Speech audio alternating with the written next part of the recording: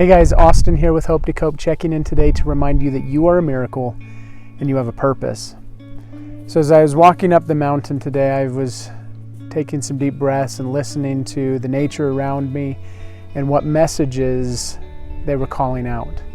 Some of them were, the path ahead may be rocky, but those rocks can either be used to be stepping stones or stumbling stones. The difference is how aware you are and how you look at it. Another one was little trees growing up next to rocks, and that if they can do it, you can do it too. But the lesson that I felt strongest for you today was from this tree. So it's a pretty good sized tree here. And with this tree, the idea here is that trees put out lots of branches to absorb sunlight. And not all of them are as successful as others. So as you notice over here, this one is dead and broken off, and there's actually several dead branches on this tree that are no longer life-giving. And so in your life, not all of your ideas are going to bring fruit. Not all of them are going to last, but they're here for a moment to teach you a lesson, to provide some nourishment for you in this moment. And so as humans, sometimes we try to hold on to things longer than is necessary for us. And then we find pain and suffering in trying to hold on to things that are no longer serving us.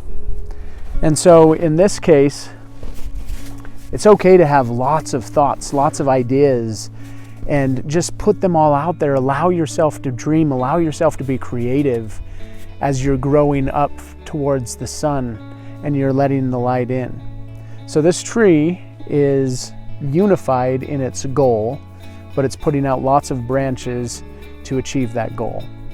And so in your life, as you're moving towards your goals, don't be afraid to try new things. Be willing to branch out in different areas and see if that works for you. If it does, great. If not, don't be afraid to let that branch die off, because there's other branches that will work for you. You are a miracle, and you have a purpose, and your thoughts and ideas are important. And so allow yourself to play, allow yourself to dream, allow yourself to experiment, because that's something as kids we would do regularly. There was no guilt, there was no shame in asking a different parent the same question, right? My son, my 4-year-old, came to me the other day, and I heard him ask his mom about this question, said, "Can I have this cookie or whatever?"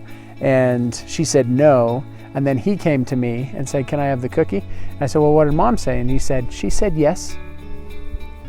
So it was a flat out lie, but for him, all he was focused on was what he wanted, and he was willing to experiment and try new things. There was no guilt, there was no shame. He was just focused on what he wanted, and he was willing to try things without judgment.